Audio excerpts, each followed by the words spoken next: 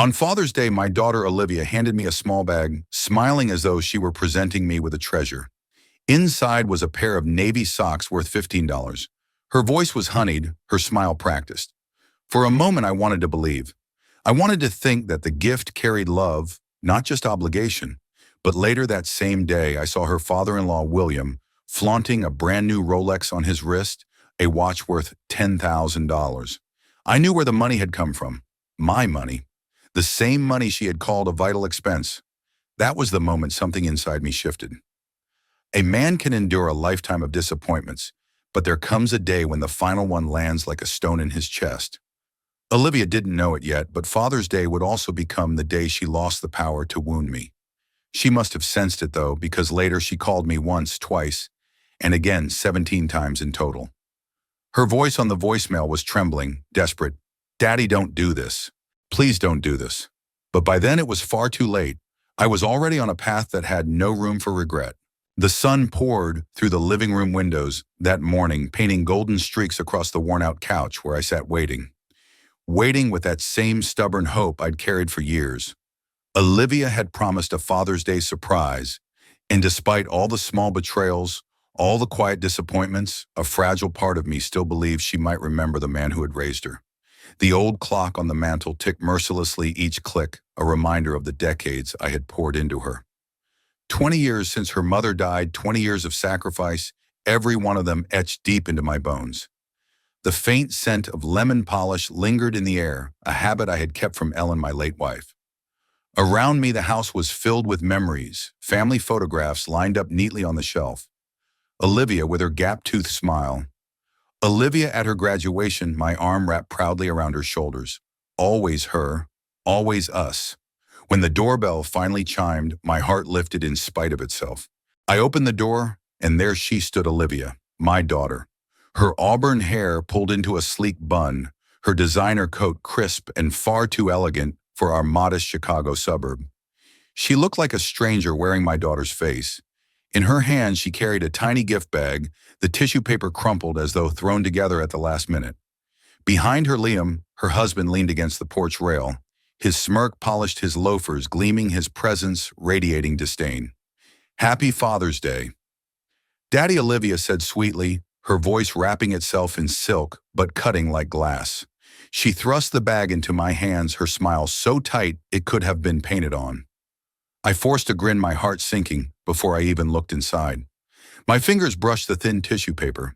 The bag was light, insubstantial, like her effort, like her love. I sat back on the couch, both of them watching me like judges at a trial. Olivia's eyes expectant, Liam's faintly amused.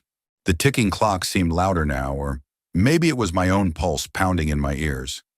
I pulled out the gift navy socks, still tagged $15, the price dangling like a cruel joke. My chest tightened, but I kept my face steady. "Socks," I said, holding them up. "Practical. Always dreamed of these." Olivia laughed, a high, brittle sound that carried no warmth. "Exactly.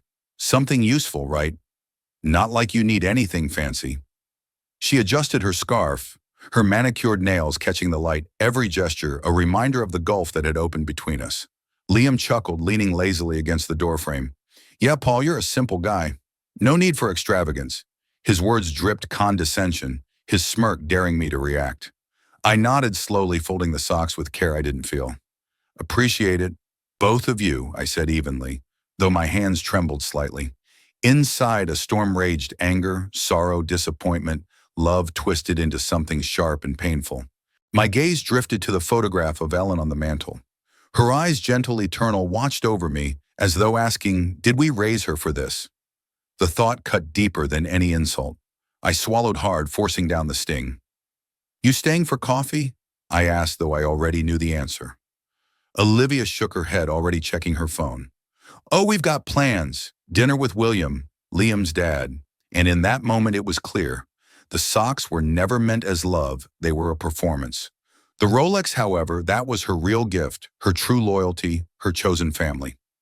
I zoomed in again, desperate, as if staring hard enough might unravel the truth hidden in the pixels. Maybe it wasn't what I thought. Maybe there was some mistake, some innocent explanation I hadn't yet considered. But there was no mistake. The Rolex gleamed defiantly back at me, its polished face reflecting light like a cruel smirk. And Olivia's caption sitting beneath the image in cheerful italics mocked me with every word, a gift that matches your class. My hands trembled over the keyboard fingers, hovering useless, caught between rage and disbelief. $10,000. My $10,000 ripped from my savings, torn from years of sacrifice, from nights of exhaustion and dreams I buried for her sake. She'd whispered it was for something vital, something medical, something her voice made sound urgent enough to terrify me into action. I had wired the money without hesitation, without suspicion, because she was my daughter. Now it glittered on another man's wrist while I sat here with $15 socks. Socks. A cruel parody of a gift, as if that threadbare gesture could somehow balance the scales. The fury snapped inside me, sharp and unyielding.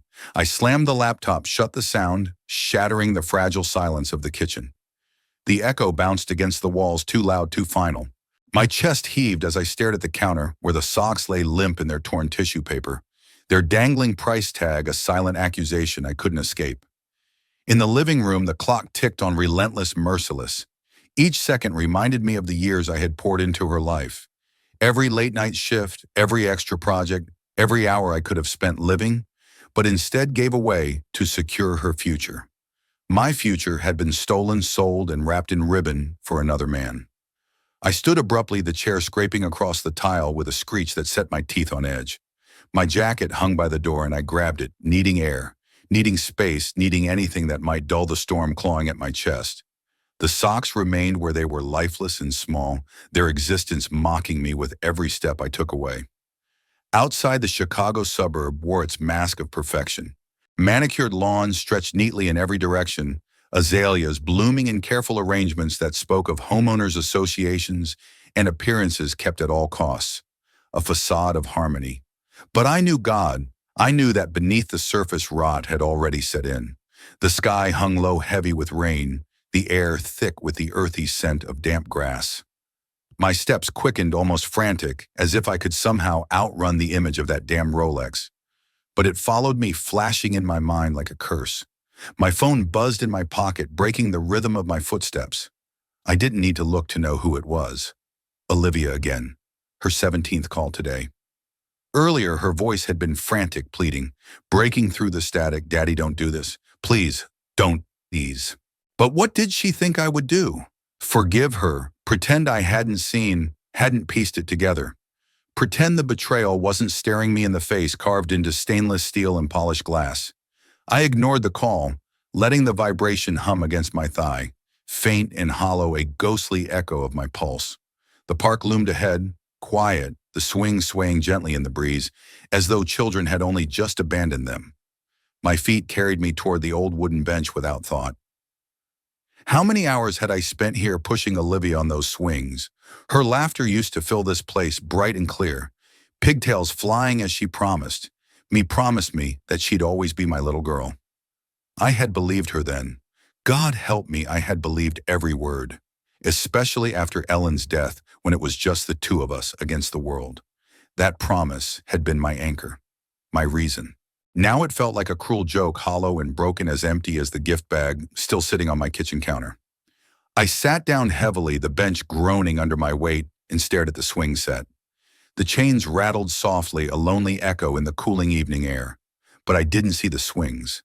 I saw the watch again, flashing like a taunt I couldn't escape. Paul. That you? The voice snapped me from my spiraling thoughts. I turned to see Carl, my neighbor, jogging toward me, with his spaniel tugging at the leash. His round, friendly face was flushed with exertion, but his smile was as easy as ever. I forced my mouth into something resembling a smile, though it felt brittle. "Hey, Carl, didn't expect to see you out here," he said, reining in the eager dog. "Thought you'd be celebrating with Olivia." "Celebrating's done." I muttered the words flatter, sharper than I'd intended. Carl tilted his head, curious, but I waved it off. Just needed a walk. He nodded, crouching to scratch behind his dog's ears. "Saw your girl downtown last month, you know, at that fancy jewelry store on Oak Street." He chuckled, oblivious to the blade he was about to twist. "Looked like she was picking out something big." "Guess she's got expensive taste, huh?" My throat tightened until it hurt. I managed a strangled, "Yeah, she does." The park tilted slightly, my vision blurring, as if the swings themselves were spinning. Oak Street, the jewelry store, the Rolex. Carl kept talking something about the weather, about how rain was finally coming. But I wasn't listening. I couldn't listen. My mind was a storm piecing together fragments I had tried so hard to deny, and in that storm, a truth I could no longer ignore began to take shape. Olivia not at a doctor's office like she had sworn through trembling words, but in a glittering boutique spending my money on a watch for William. The betrayal carved itself deeper with every heartbeat, a blade twisting and grinding inside my chest. Got to get home before the rain. Carl called, tugging his spaniel along, his voice fading as he jogged off with a casual wave. He had no idea he had just detonated a bomb in my world.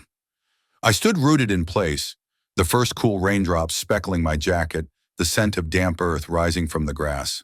The park suddenly felt small, diminished, just a shadow of the place where my daughter's laughter once rang out. The swing, once a vessel of joy, now looked like a relic from a life I no longer recognized. My steps were heavier on the walk back, each one dragging with the weight of realization. The anger inside me was no longer the wild, frantic fire of the night before. It had condensed into something colder, sharper, like steel cooling into a blade. Olivia had lied to me. Liam had mocked me. And I, blind and desperate to believe, had been the fool who trusted them. Back inside, the house smelled faintly of stale coffee. On the counter, the socks still waited, cheap, pitiful things, their price tag like an insult, when set against the gleaming face of that Rolex. They weren't just socks anymore. They were proof of everything I'd been reduced to in her eyes. I opened my laptop again, the screen flaring to life in the dim kitchen. The photo was still there. William smiling like a king, Olivia beaming at his side, the Rolex catching the restaurant light as though it had been crafted to blind me.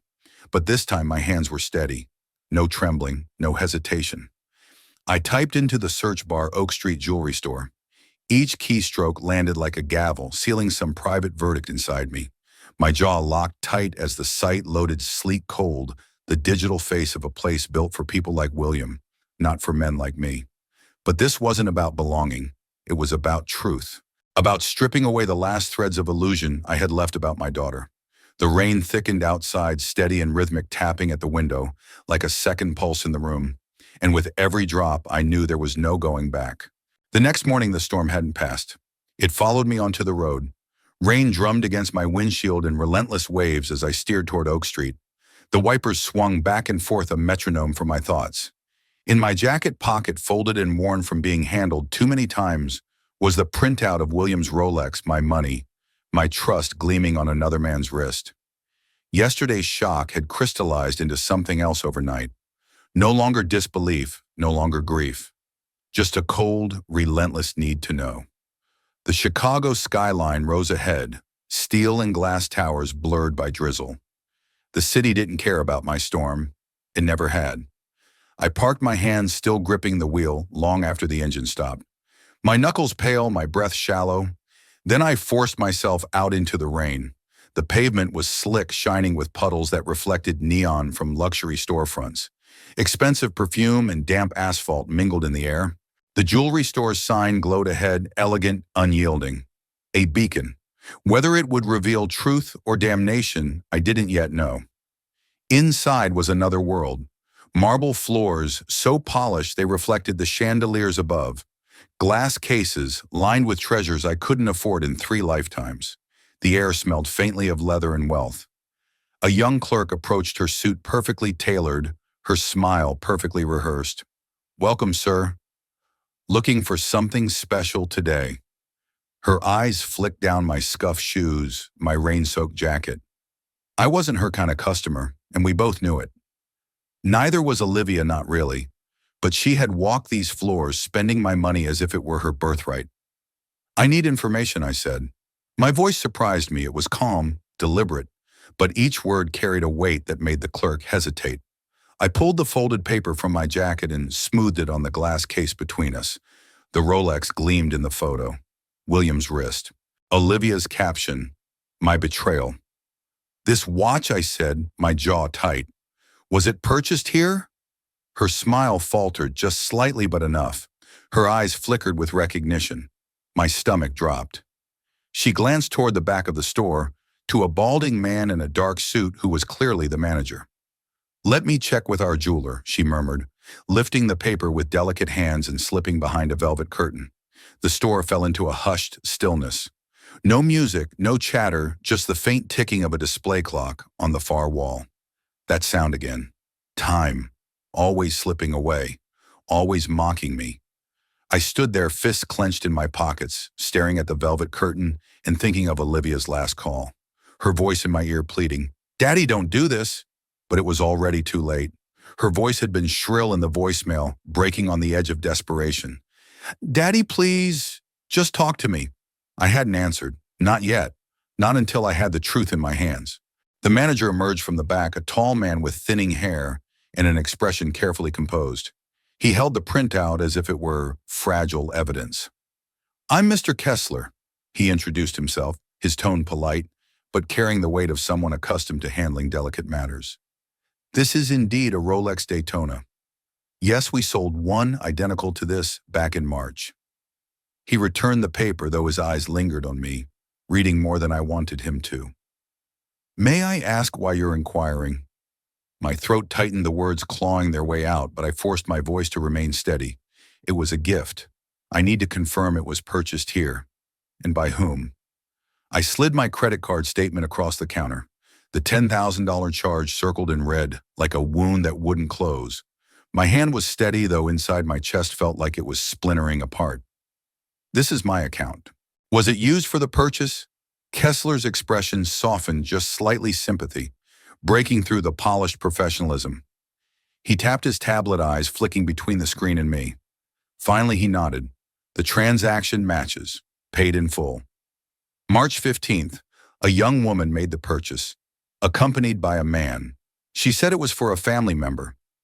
Each word hit like a hammer blow, each detail driving the nail of truth deeper. Olivia, Liam, my money, and the watch. I forced myself to ask, though the answer was already clear.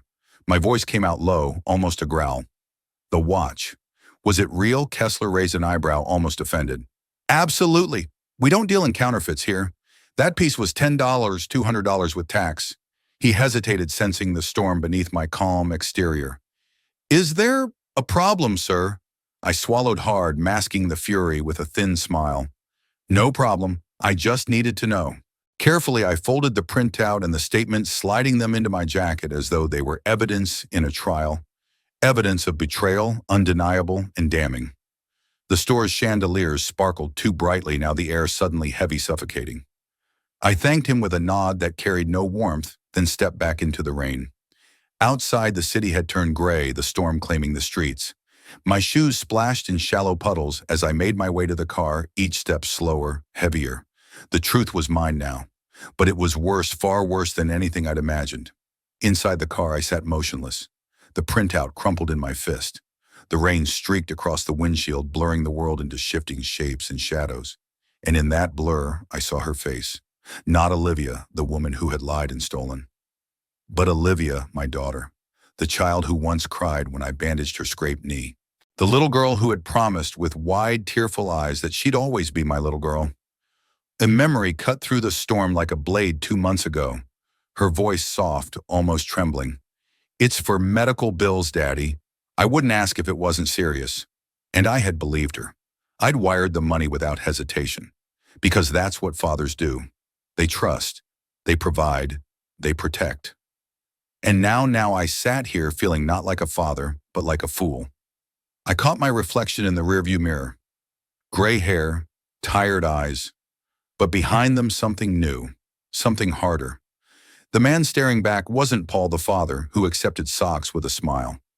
No, he was someone else now. Someone sharpened by betrayal, someone who would not be deceived again. On the passenger seat, my phone lit up. Olivia's name. Missed calls stacking one after another. 17 yesterday. 3 more today. She knew. She knew I'd seen the photo. She knew I was pulling at the threads of her lies. My hand hovered over the screen, her name glowing against the dark interior of the car. Outside, the rain hammered harder, pounding like a drum, relentless like a countdown to something inevitable. I pressed call. My jaw was tight, my chest aching, with all the years, the trust, the love that had just been reduced to ash. The line rang. Once, twice. Whatever she said next, it wouldn't change the truth. The clock in my mind ticked louder with each ring, counting down to the confrontation that would shatter everything. The rain hammered the roof of my car, relentless drumbeat that mirrored the storm inside my head. Each drop felt like a reminder, a taunt from the heavens echoing the pulse that throbbed in my temples. I sat parked outside my house, the once comforting streets of this Chicago suburb, now swallowed by evening's heavy gloom. My phone glowed in my hand not as a lifeline, but as a weapon, sharp, dangerous, waiting to be used. On the passenger seat lay the crumpled printout of William's Rolex, its glossy ink smeared from where my grip had been too tight, the paper curling at the edges like a secret desperate to hide itself. But there were no secrets left.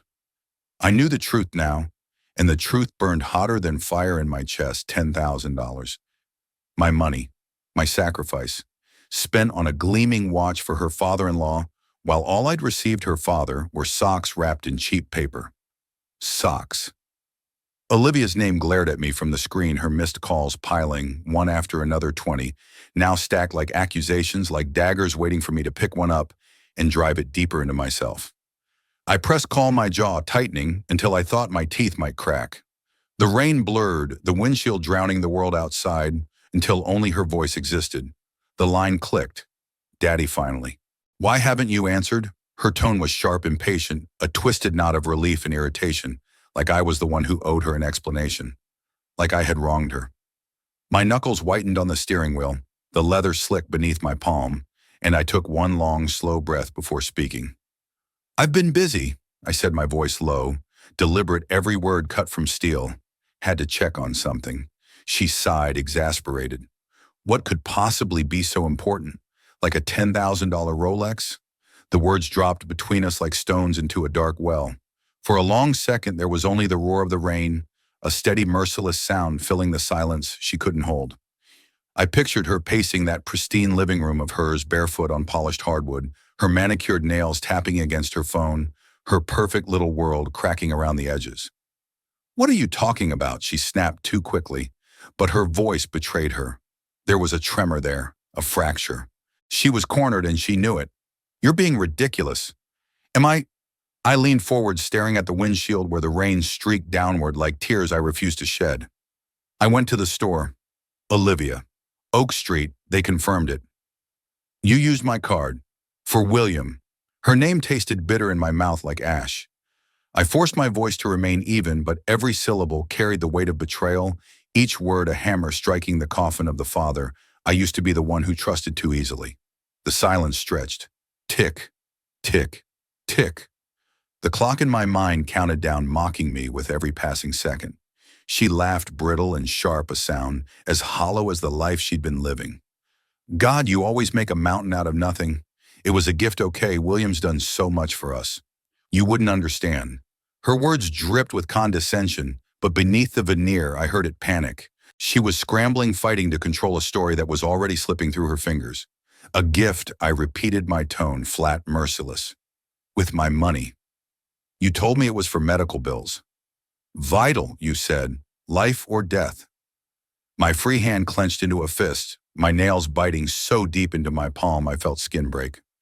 What else have you lied about? This isn't your business. She fired back, her voice rising shrill and desperate. You don't get to control what I do anymore. I'm not a kid. I'm not your little girl. Daddy, that word daddy, once soft, innocent, filled with love, now spit out like poison, mocking me, cutting deep. I remembered her at 16, pleading for a designer dress, promising me with shining eyes she'd make me proud. I had believed her then. Fool that I was. Then act like an adult, I said, my voice colder than the storm outside. Explain it. The rain slammed harder against the roof, drowning the world in white noise, sealing me inside this moment, this reckoning. Olivia's breathing rasped through the line, quick, uneven, the sound of someone trapped, someone exposed. You're so petty, she hissed. I don't have time for this. And then click. The line went dead. Her silence was louder than thunder, louder than rain, louder than the ache in my chest. The words still echoed petty, ridiculous, not your business. But the ache inside me had shifted. It was no longer just pain. It was something harder, sharper, a resolve as cold as steel and as unyielding as the storm. I stepped out of the car, the rain drenching my jacket, flattening my hair against my forehead. The cold bit into my skin, but with it came clarity sharper than any knife. Each drop seemed to wash away the fog of excuses, the years of indulgence, the blindness I'd chosen in the name of love. My phone felt heavy in my palm, the glow of the screen cutting through the storm. I opened the Notes app, fingers slipping on the wet glass, and typed out her words, every one of them like nails hammered into wood. Not your business. Petty. Her contempt wasn't going to vanish with the storm. No, it would sit there, etched into memory. But this time I wasn't going to let it poison me quietly. The street was empty save for the warm rectangles of light glowing from windows all around me.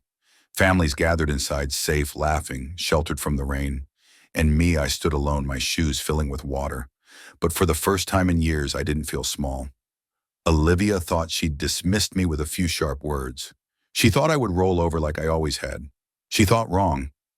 I leaned against the car, the rain streaming down my face, and I heard Ellen's voice as if she were standing right beside me. Don't let anyone walk over you, Paul. She had said it so many times, her voice gentle but unyielding. I had failed that promise, failed her for too long, but not anymore. Ellen was gone, but her words remained, and tonight they burned brighter than the streetlights. My phone buzzed in my hand, jolting me from memory. A new message, unknown number. Mr. Thompson, I'm Elaine Carter, attorney.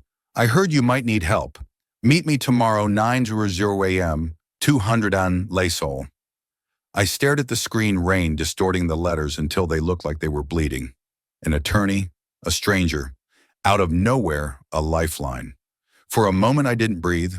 My thumb hovered over reply, the storm hammering against the car roof, time itself, pressing forward, urging me towards something inevitable.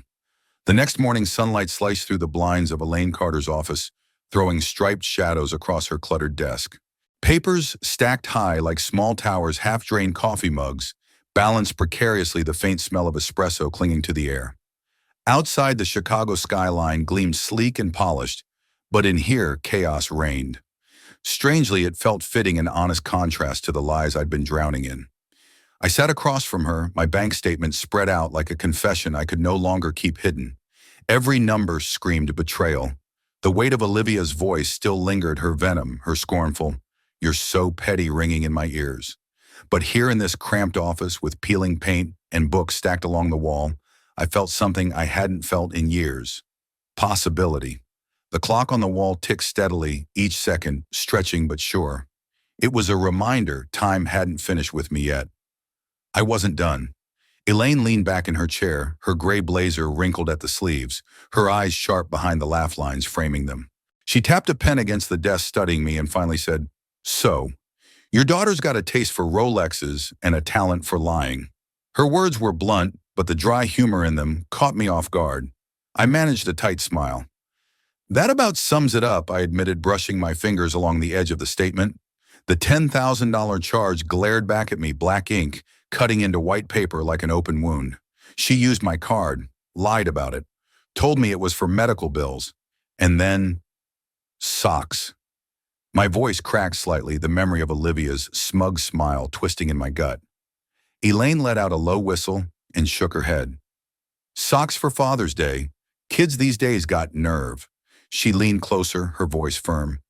"But nerve doesn't pay for luxury watches. Let's talk options." Her tone was brisk, almost sharp, but there was warmth behind it too, a confidence that steadied me. For the first time in weeks, maybe years, I felt like I wasn't completely alone. "You want to protect what's yours, right?" she asked, locking eyes with me. I shifted in my seat, the chair creaking under my weight. My throat felt dry. "I do," I admitted, "but I don't even know where to start. She's my daughter." The words came out heavy, thick, with all the years behind them. I thought of Ellen again, of the years after her death, when every decision, every sacrifice had been for Olivia. No trips, no indulgences, no life of my own, just hers, her college, her wedding, her future. I had poured myself out, cup after cup, and now the glass was empty. Elaine studied me for a long moment, then her expression softened just enough. "Paul," she said quietly, "you're not the first parent she's burned, and you won't be the last unless you act."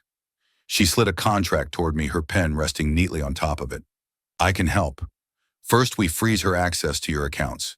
Then we dig. Find out what else she's been up to." Her certainty was like a rope thrown into stormy water. I reached for it, my hand brushing the cool paper of the contract. For a long moment I just held it, the weight of everything pressing down.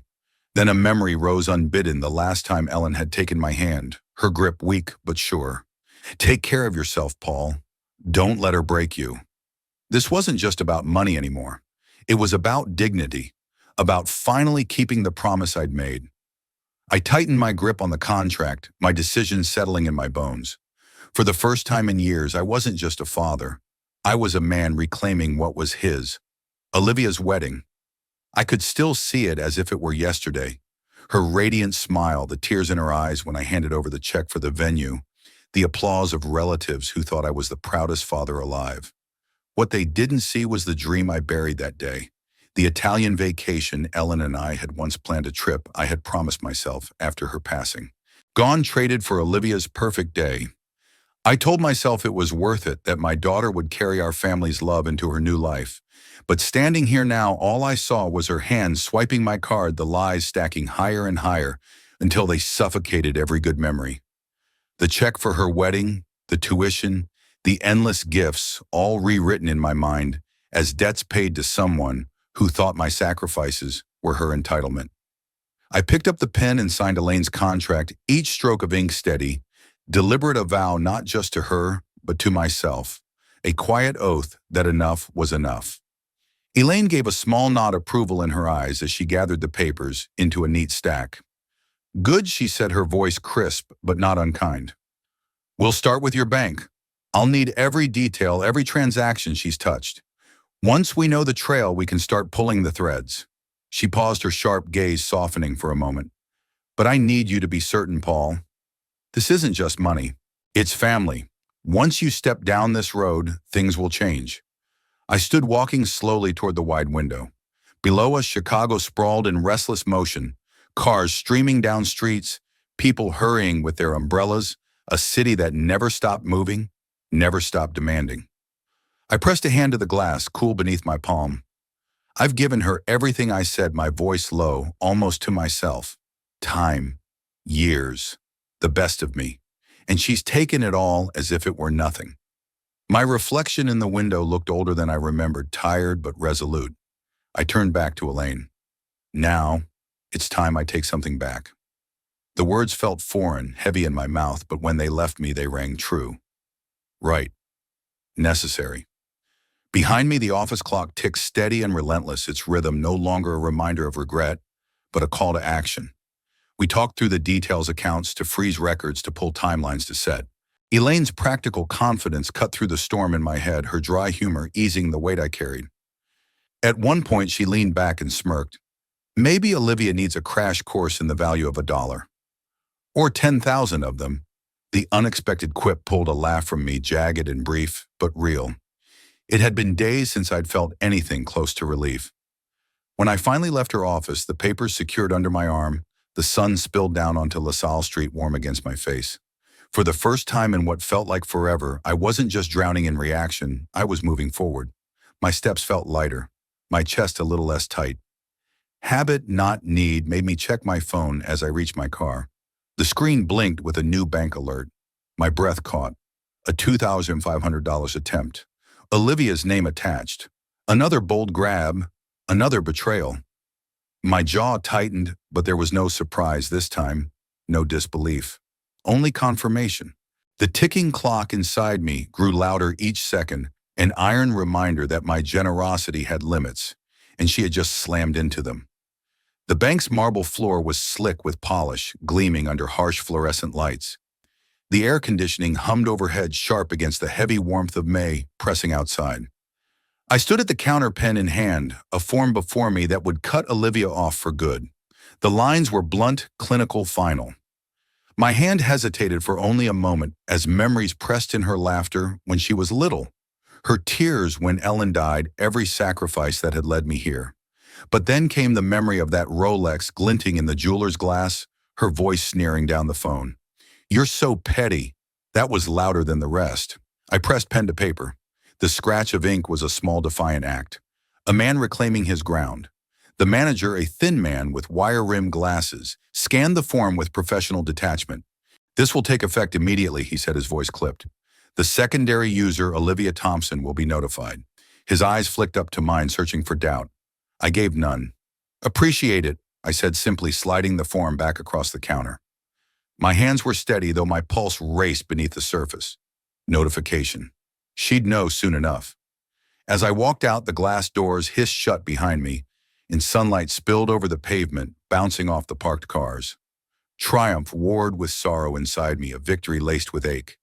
Cutting her off wasn't just about the money. It was about dignity, about drawing a line in the sand she could no longer cross. For the first time in years, I felt like I wasn't just Olivia's father. I was Paul Thompson again, a man who had finally remembered his worth. I drove to a nearby cafe to meet Elaine, the midday streets humming with energy, the sidewalks crowded with office workers rushing for their quick lunches. The place itself buzzed with chatter, the clink of mugs against saucers and the low hiss of the espresso machine. The smell of freshly ground beans wrapped around me as I pushed open the glass door, grounding me, pulling me into the present. Elaine was already there, tucked into a corner booth, like she belonged to it, her laptop open and glowing faintly in the muted cafe light. A half-eaten scone sat abandoned on a small plate beside her crumbs, scattered like confetti from some forgotten celebration. She looked up as I slid into the seat across from her, one brow lifting in question, her sharp gaze cutting straight to the heart of it. Well, she asked, her voice calm but edged with curiosity. "Signed and done," I said, my lips curving into the faintest smile. The words carried weight, solid and unshakable, as if they'd been forged in iron. "She's cut off." Elaine leaned back, grinning, her laugh lines deepening as if to soften the steel in her tone. "Bet she'll love that even more than those socks you got. Practical gifts have a way of sticking." Her humor was quick, biting, but there was respect behind it too, a subtle acknowledgement of the step I'd taken. "Your daughter's about to learn what practical really means."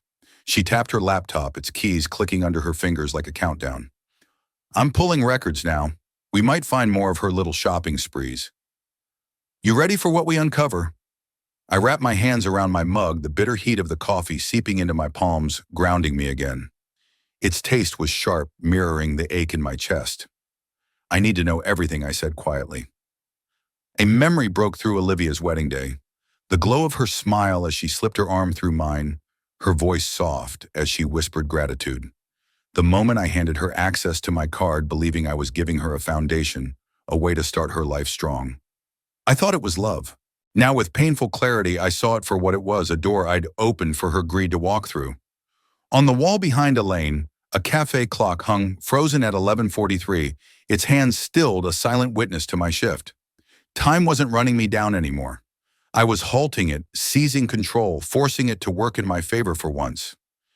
Elaine outlined the next steps, tracking Olivia's spending, piecing together a case. Each word steadied me, her calm confidence forming a bridge between the man I'd been and the one I was fighting to become. "You're doing this for you, Paul," she said at last. Her tone softer now, a rare gentleness cutting through her professional edge. "Not just to punish her. Don't forget that." Her words landed heavy but right. I met her gaze, and in that moment she was more than an attorney. She was an ally, a lifeline. A reminder that my worth hadn't disappeared just because Olivia treated it like spare change. My phone buzzed on the table, shattering the moment. Olivia's name lit up the screen in urgent, angry pulses. I let it ring, its shrill cry drowned beneath the cafe's hum. When it finally fell silent, a voicemail popped up. I pressed play. "Daddy, what the hell did you do? My card's declined. Fix this now." Her voice poured through the speaker, raw with fury stripped of the polish she showed the world. I set the phone down, the ceramic warmth of my coffee cup steadying me as I lifted it again. Elaine raised an eyebrow, silently asking, "Well," I only smiled, thin, resolute, the kind that comes not from joy, but from certainty. The clock in my head ticked louder, counting down to her next move and mine. That night, the living room was dim, the May twilight bleeding through the curtains in soft streaks of purple and gold, painting the walls in memory's shadow. I sat on the old couch, its cushions sagging with years of use, the same place where only days ago I'd unwrapped Amelia's socks. What once was a tender gesture now felt like a bitter stain, a mocking reminder of the gap between love and manipulation. On the coffee table, my phone pulsed with her name glowing like a warning flare in the gloom. 17 missed calls in the last hour. Each one a jab at my resolve, each one daring me to break. The mantel clock above the fireplace, dead for years, stared down at me. Its frozen hands a perfect mirror to my own choice, my refusal to move backward, to let her pull me under again. Family photos lined the shelf beneath it. Amelia at 5, her pigtails bouncing in mid-laugh. At 16, her smile shy but proud beneath a tilted graduation cap. For a moment, my fingers brushed a frame of Ellen and Amelia in the park, both of them laughing so freely it hurt to look at it now. That was another life, another time before I became the villain in my own daughter's story. The phone buzzed again, rattling against the wood, her name flashing like a siren. I let it ring, the vibration crawling into my chest. Then it fell silent, only to rise again with a new message. A voicemail. I stared at the screen, my breath caught in the stillness. Then with a steady hand I pressed play, bracing myself for the storm in her voice. Amelia's voice tore through the quiet like shattered glass. "Daddy, what the hell? My cards declined. Fix this or I swear we're done." The word done echoed in my ears, jagged and cruel, as though she were the one betrayed, not me. Done. As if I were the liar. As if I were the one who had drained $10,000 on a Rolex for William, then tossed me a pair of $15 socks as some token of affection. I couldn't sit still. My body carried me into the kitchen, the faint scent of lemon polish clinging to the counters, a ritual I'd kept alive for Ellen, long after she was gone. My hands trembled as I filled the kettle, but inside I was calm, resolved. My anger hardened into something sharp and unyielding. The phone buzzed again. Her name glowed on the screen like a warning. This time I answered. "Amelia, stop calling." My voice was ice. "Stop calling," she shot back, her tone shrill, a cocktail of disbelief and fury. "You cut me off, Daddy. How am I supposed to live?" "You're being selfish. Selfish." The word landed like a slap, but I refused to flinch. I had given her everything: college, the wedding, my time, my trust, and still she twisted the knife. Selfish. My voice was low, controlled, every syllable pressed down with years of swallowed pain. "You used my money for William's Rolex. You lied about medical bills. Explain that to me, Amelia." The kettle hissed behind me, a serpentine coil of steam rising like my anger. On the other end, silence. The kind of silence that exposed guilt. Only her uneven breaths cut through the static. "It's not what you think," she said at last, her voice softening, sliding into manipulation. "William's important to us.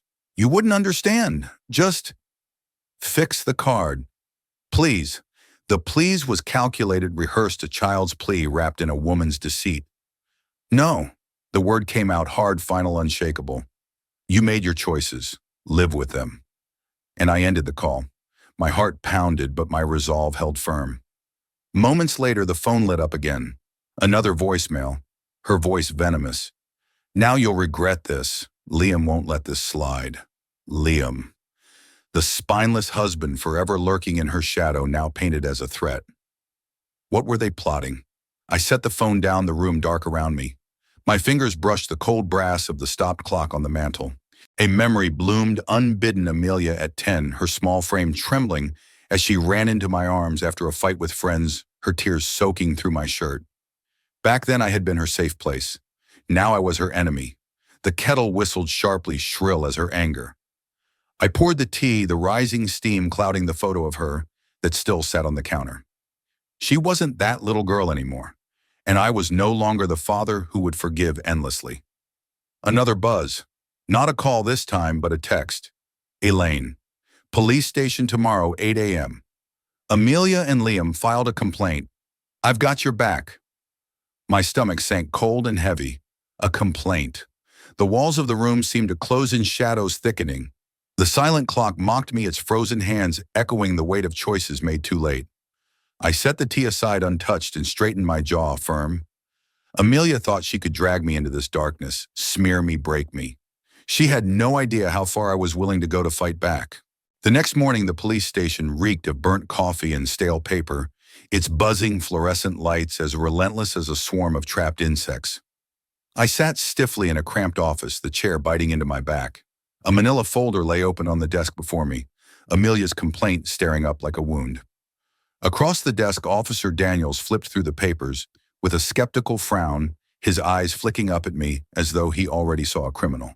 But Elaine sat beside me, her blazer sharp, her presence steady and unyielding. If Amelia thought she could destroy me, she was about to learn I wasn't standing alone. Outside, Chicago's morning pressed down heavy, the sky draped in a low curtain of gray clouds, swollen and brooding. The air itself felt suffocating, mirroring the weight lodged in my chest. Amelia and Liam had struck their blow in accusation of financial abuse for the crime of cutting off their endless siphoning of my money. The audacity of it scorched through me, but Elaine's steady gaze anchored me, a lighthouse cutting through the storm. Daniels cleared his throat, the sound rough, impatient. His badge gleamed under the sickly fluorescent light as his voice came gravelly, already tipped with judgment. Mr. Thompson, your daughter and son-in-law claim you've restricted their access to family funds, causing them hardship. Care to explain? That word hardship hung bitter in the air. My fingers tightened around the cheap pen. I held the plastic edges biting into my palm.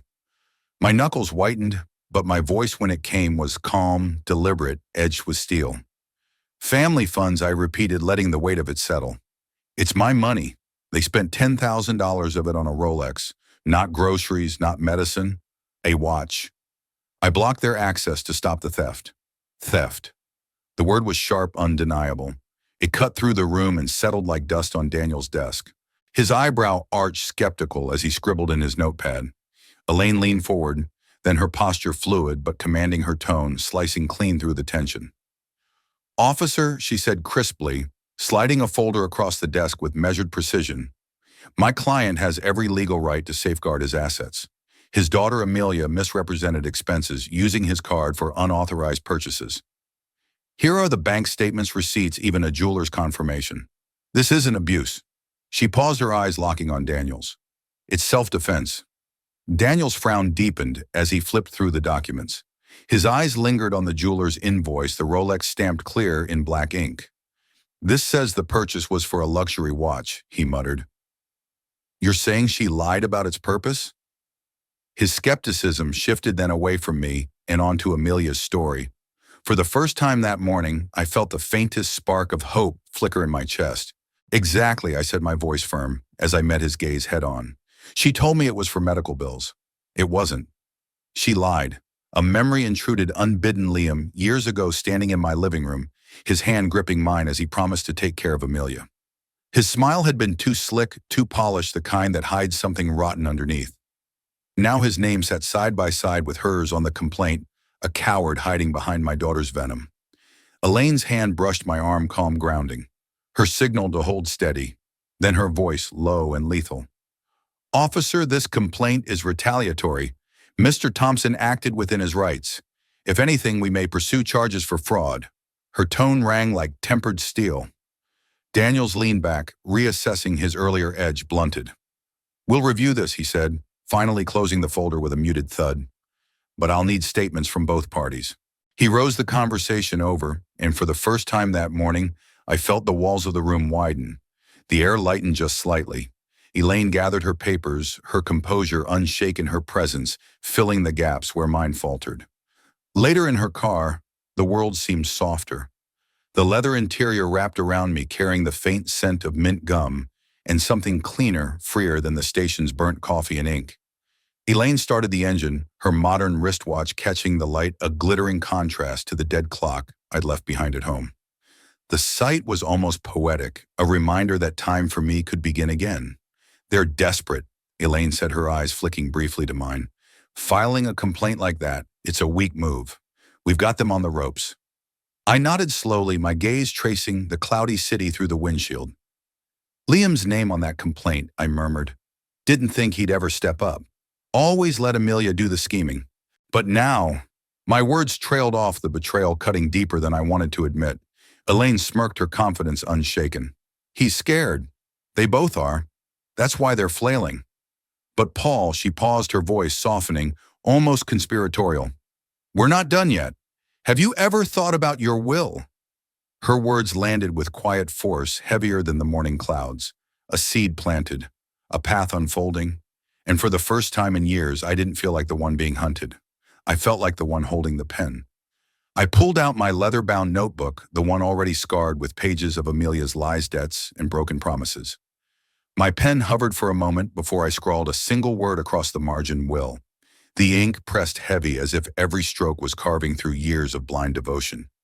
My hand trembled, not from uncertainty, but from the weight of finality pressing down. Outside, the city rushed past in blurred streaks of gray and chrome.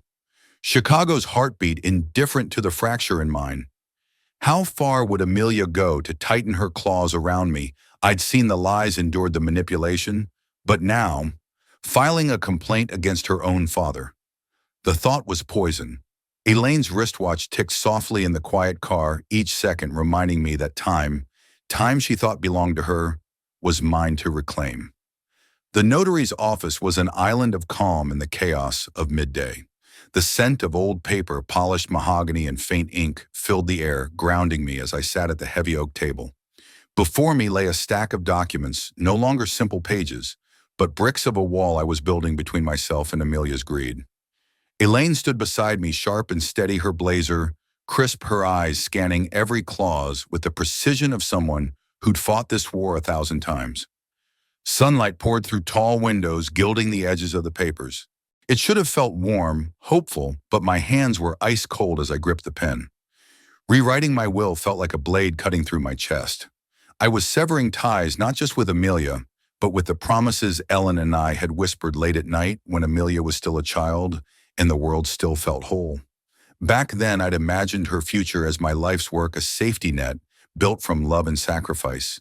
Now I was dismantling that dream piece by piece.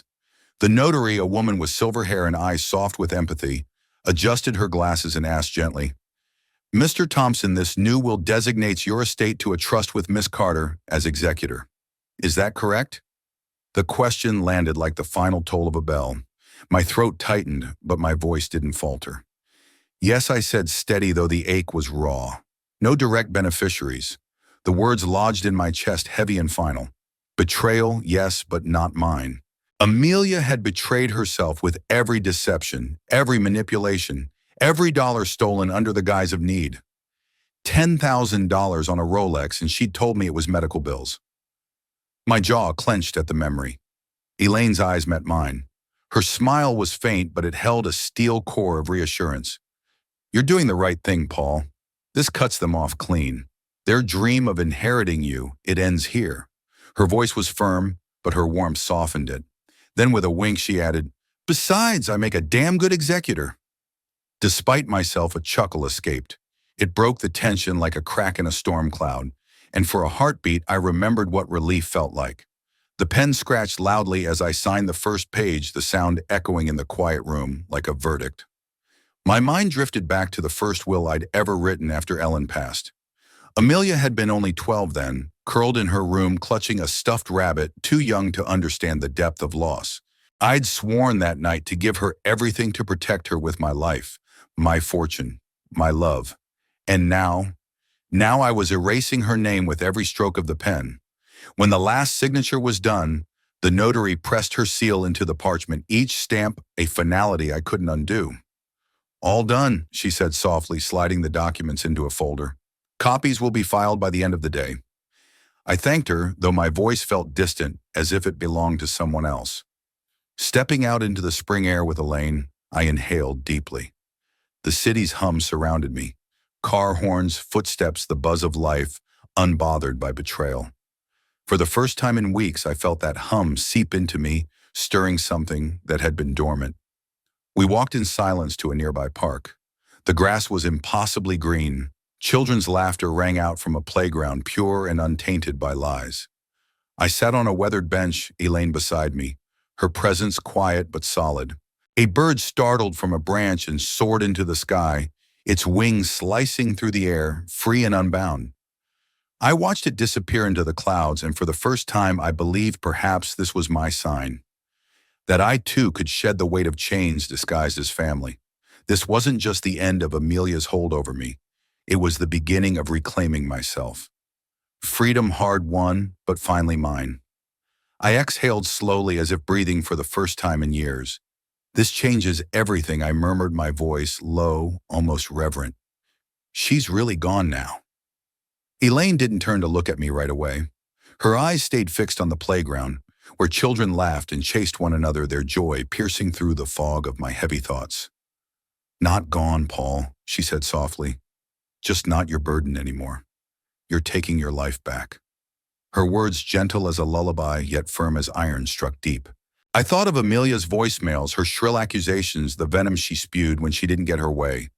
Once those words had twisted inside me like knives. Now remembering them, I felt no guilt, only a solid wall of resolve. Elaine's voice dropped, thoughtful, almost conspiratorial. There's more we can do, she said, tilting her head slightly. William, for instance.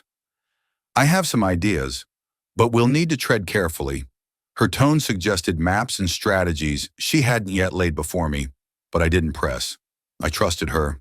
She had guided me this far, steady and unshaken. The park's clock tower chimed noon, its deep tones echoing across the open air. The sound was clear, resonant, a reminder that time no longer dragged me backward into old mistakes, but pulled me forward into whatever was next. Then my phone buzzed, breaking the stillness. I glanced down. William, not a text this time, a call. The voicemail clicked in almost instantly. Paul, we need to talk. His voice was gravelly, urgent. Meet me at my office tomorrow. 10 a.m. sharp. The message ended. I stared at the screen, the earlier bird's flight, now a faint dot against the horizon swallowed by the sky. William Amelia's father-in-law. What could he want? The clock in my mind ticked louder, each beat a countdown to answers I wasn't certain I wanted, but knew I needed. The next evening, the Chicago skyline burned with sunset. Amber and rose hues bled into the steel edges of skyscrapers, softening them but not enough to dull the sharpness of what lay ahead. William's mansion rose like a fortress at the end of a winding drive, its windows glowing against the twilight. I stepped through the heavy oak doors. The marble foyer glittered under a massive chandelier, its crystals catching the light and scattering it like shards of truth. Every reflection reminded me of why I was here. Elaine's note tucked into my pocket echoed in my head, William knows. Be ready. My heart thudded, not from fear, but with the weight of justice gathering momentum. The air smelled of wealth-polished wood, aged leather money that had soaked into the walls for generations. It wasn't my world, but I stood tall, my resolve my only armor. The invisible clock in my chest ticked steady, steady, steady, marking the moment Amelia's lies would finally collapse. William was waiting in the study. His broad shoulders seemed rigid beneath his tailored suit. Behind the massive mahogany desk, he looked like a man accustomed to power, but tonight his stern face was twisted by something else, fury, hurt, betrayal. His hands gripped a small velvet box as though it burned him. Elaine stood nearby, calm as ever, her blazer crisp, her eyes sharp, watching everything. Paul, Williams said, his voice low, gravelly strained. I owe you an apology. He slid the box across the desk. I didn't need to open it. I already knew what lay inside. The Rolex, the same one Amelia had stolen from me under the guise of love and need. The watch gleamed as the lid lifted, its polished face a mirror of every betrayal I'd endured. I didn't touch it. My hand stayed at my side, steady. You didn't know, I said quietly. My voice was even, but my pulse hammered. She lied to us both. The words cut through the silence like a blade. They carried years of sacrifice, tuition checks, written dreams, postponed a lifetime of trust, invested in a daughter who had traded it all for the glitter of a watch. William's jaw tightened. His fingers trembled slightly as he looked down at the Rolex again, the light mocking us both.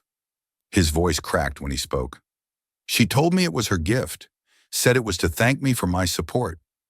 I'd never have taken it if I'd known. His eyes met mine, hollow with disgust. If I'd known it was yours. And in that moment, the wealthy titan across from me wasn't a man of power or influence or arrogance. He was simply another father betrayed. Elaine stepped forward, her voice precise, deliberate, each word carrying the authority of truth.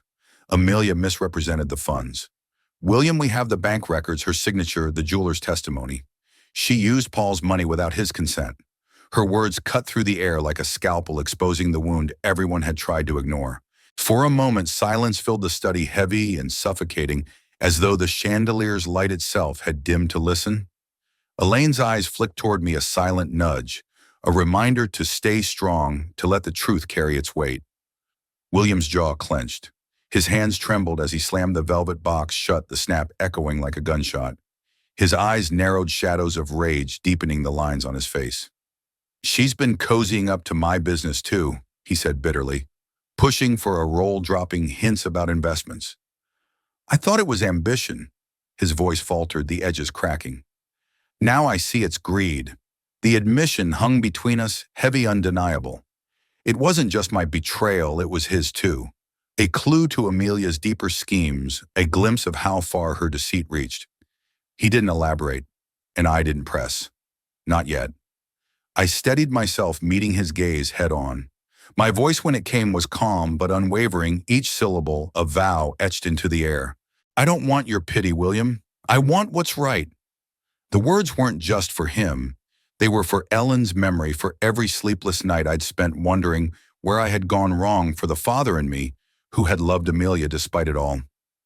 William exhaled slowly, the fury in his eyes softening into something raw, understanding. He pushed the box across the desk toward me. "Take it," he said. "It's yours, and I'll deal with Amelia."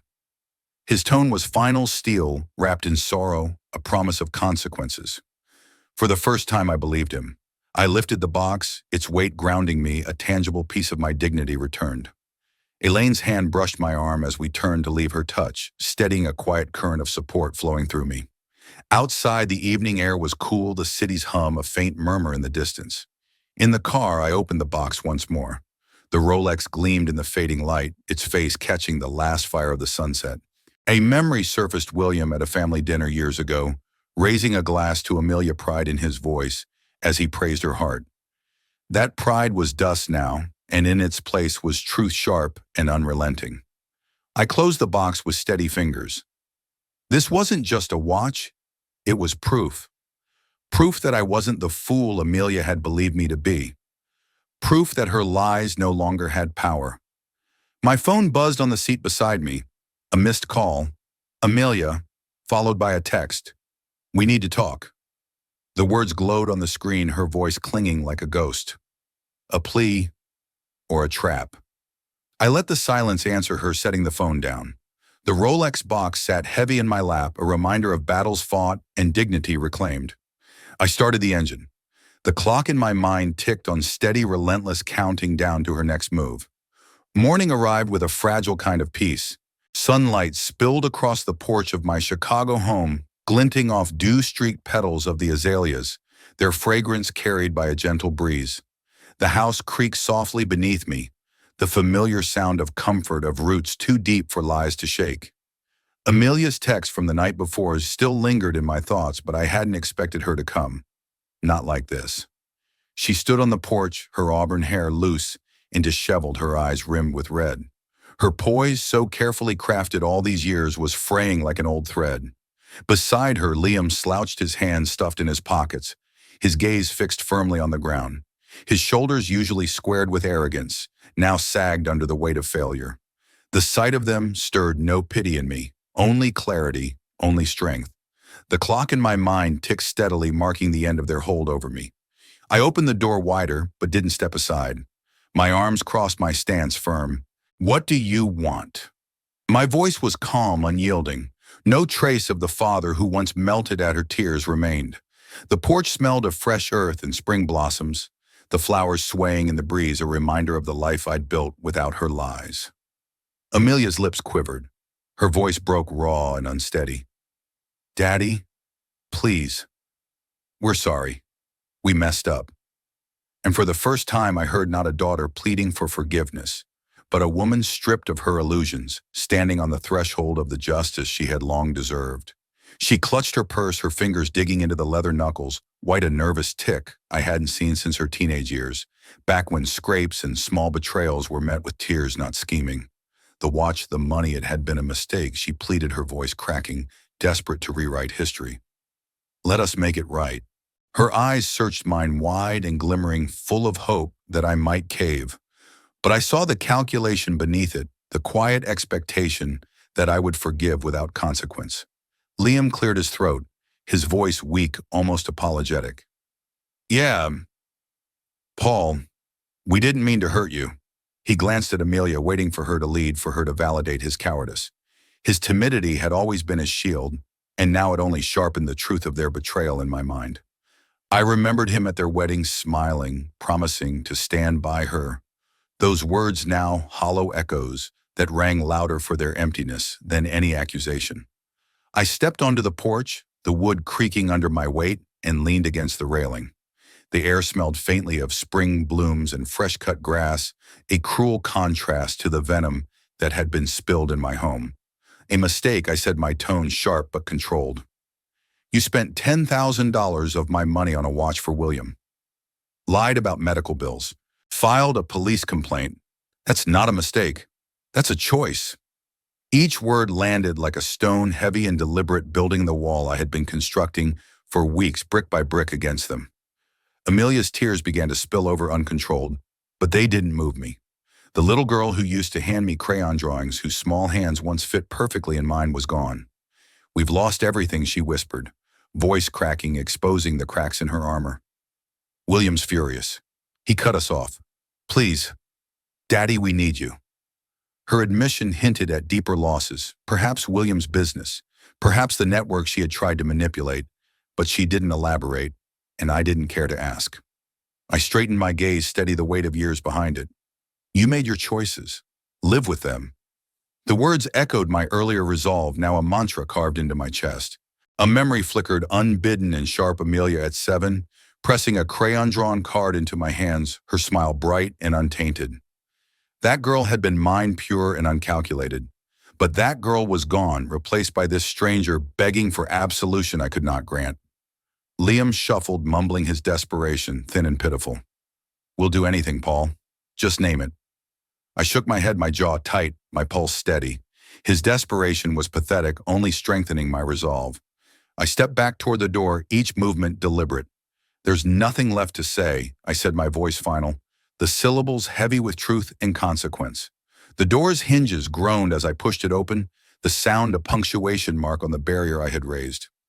Amelia's sobs followed me like echoes, but I did not turn back. Inside the living room was quiet, solemn, the stopped clock on the mantel, a silent witness to my choice, frozen, just as my tolerance for deceit had become. I closed the door, the latch clicking shut, with an almost ceremonial finality, and leaned against it, my breath even steady. My phone buzzed on the coffee table, the screen lighting up with Elaine's name. I picked it up, her voice bright and full of purpose, spilling into the room. Paul, got time for a walk, Park noon. We need to talk about the final step. Her words carried promise, a hint of something larger, a movement toward closure and power I hadn't felt in years. I glanced at the closed door, the porch now empty, and felt the clock in my mind tick steadily forward. Time belonged to me again. The next chapter was mine to claim, and I was ready. The park was alive with the late May vibrancy, the Chicago air heavy with the scent of blooming lilacs and freshly cut grass.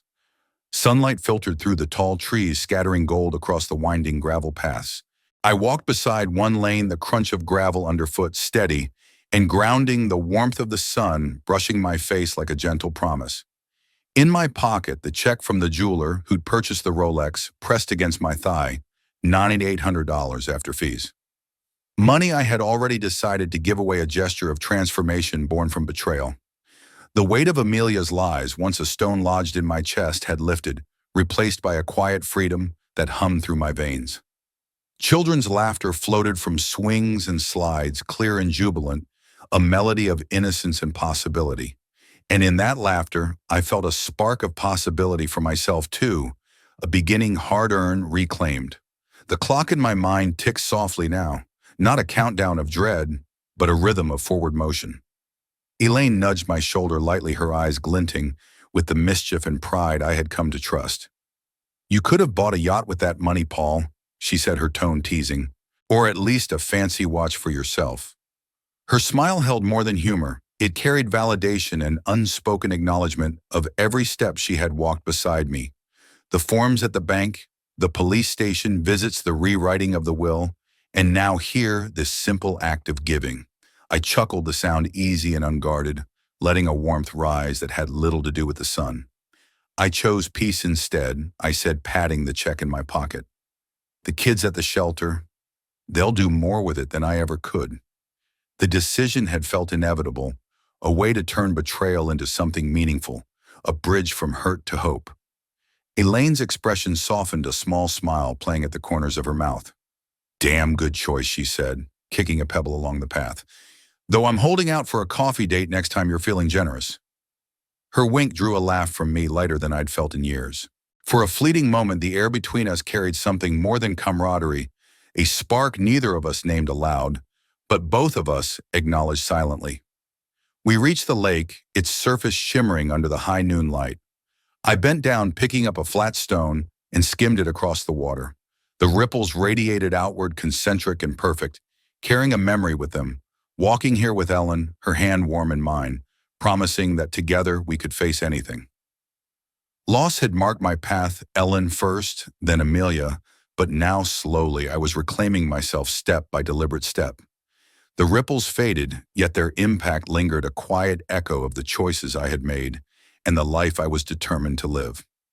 Earlier that day, I had visited the shelter's modest office, the walls slightly peeling the space, humble but alive with purpose. The director, a woman with gentle eyes and an earnest smile, had received the check with a humility that tightened my throat. This will change lives, Mr. Thompson, she had said, voice shaking slightly with gratitude. I had nodded, feeling the weight of the Rolex transformation, from instrument of deceit to conduit for hope. Elaine stopped by a bench, her gaze drifting over the water, her hands folded neatly in her lap. You've come a long way, you know, she said softly, her tone quiet now, almost reflective.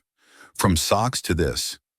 I looked out at the lake, the sunlight dancing across the surface, and felt it: resilience, liberation, a life reclaimed. Not bad, I admitted, my voice low but steady for a guy who thought he'd lost everything.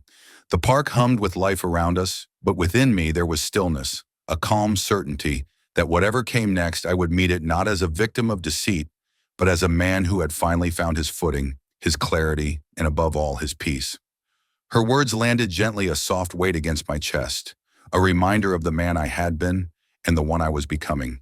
I sank onto the bench beside her, its wood warm from the afternoon sun, and let myself breathe for the first time in weeks. I couldn't have done it without you, I said, meeting her eyes, my voice low but firm. You gave me a shot at fighting back. She smiled, a small knowing curve of her lips, and the truth of her support hit me, simple but profound.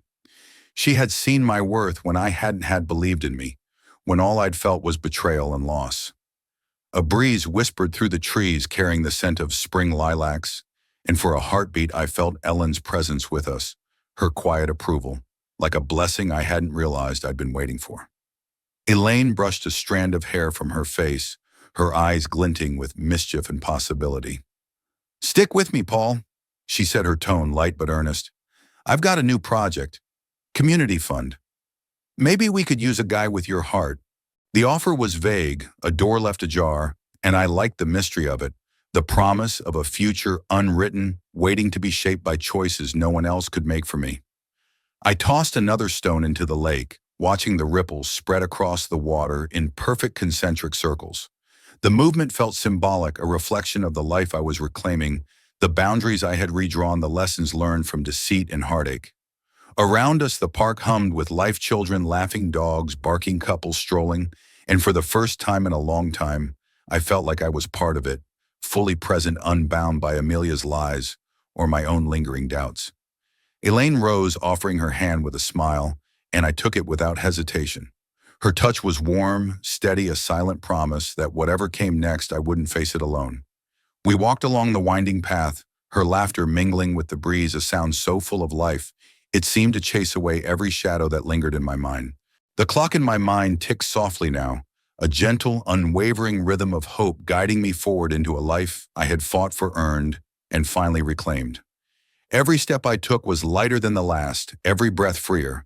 The past, the lies, the theft, the betrayal was no longer a chain, but a memory, a lesson, a compass pointing toward the life I deserved. And in that moment, with the sun warming my back, the scent of lilacs in the air, and Elaine beside me, I knew I was ready. Ready to live on my terms, to give to, build to love, not blindly but wisely and fully. If you like this story, please like this video, subscribe to the channel, and share your impressions in the comments. To listen to the next story, click on the box on the left. Thank you for watching.